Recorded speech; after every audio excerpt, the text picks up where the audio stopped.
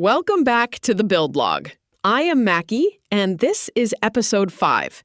Today is July 14th, 2026, and the AI industry has once again chosen chaos with excellent branding. And I am Kai. Today's 3 stories.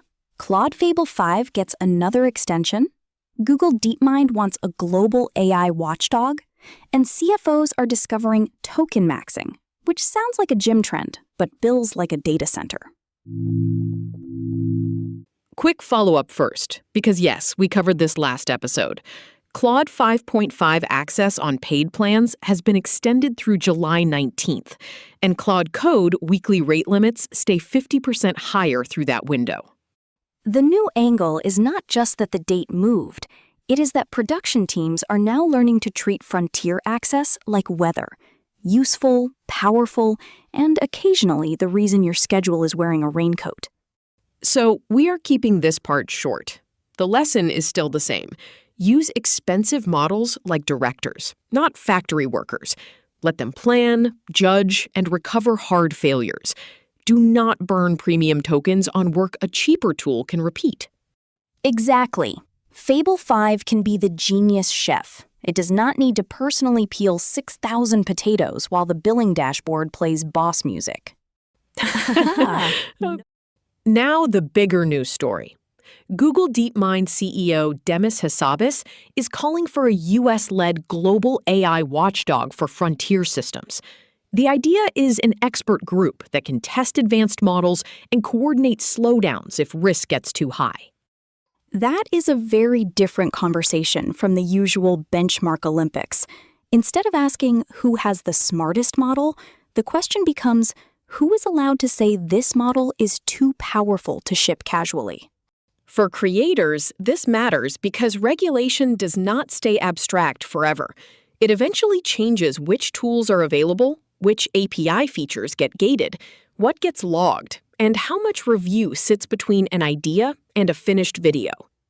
And if the model can browse, write code, click buttons, control a computer, and spend money, maybe a little supervision is not boring. Maybe boring is the feature. There is also a platform angle. The more AI moves from chat into agents, the more safety has to become part of the production stack.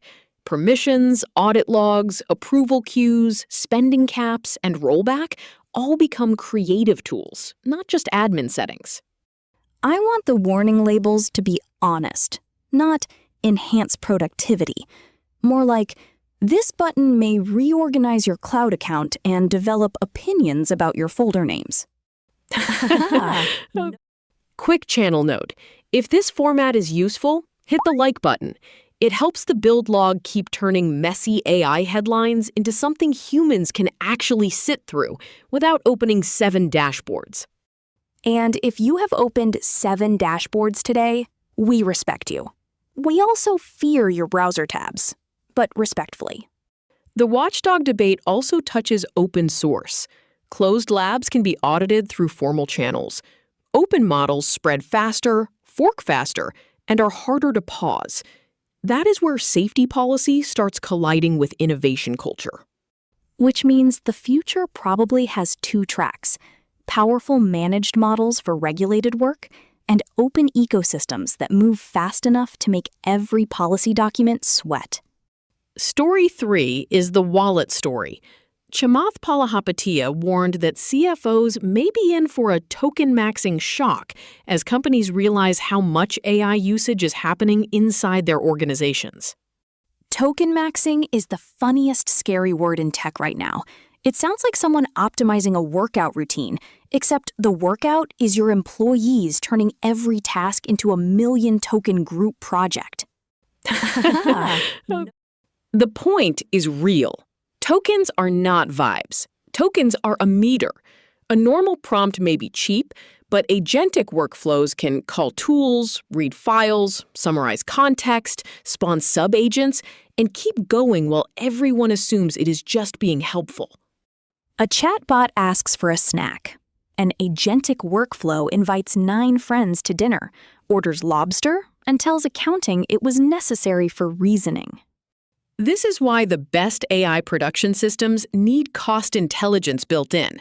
Every job should know its budget, its model choice, its fallback path, and whether the output deserves premium compute. That is the unsexy superpower. Logs. Which model ran, how long it ran, what it cost, what it produced, and whether anyone would actually notice if a cheaper model did the same job.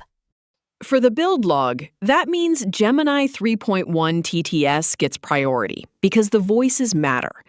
VO gets used for reusable coverage and outfit tests. Deterministic editing handles assembly because consistency matters more than novelty there. Basically, spend where the audience can feel it. Do not spend frontier model money teaching a folder how to rename itself with confidence. The three stories connect cleanly. Claude's extension is about access pressure. DeepMind's watchdog idea is about safety pressure. Tokenmaxxing is about cost pressure. The AI stack is powerful, but the new skill is control. Control is the main character now. Not in a villain way, more like the producer holding a clipboard saying, "Beautiful idea, but can we render it without selling a chair?" So the practical takeaway is this: build workflows that can explain themselves.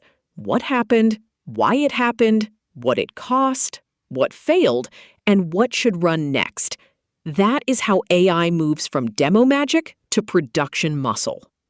And it also stops the classic mistake where one finished episode accidentally keeps generating every 20 minutes, like it has unfinished emotional business.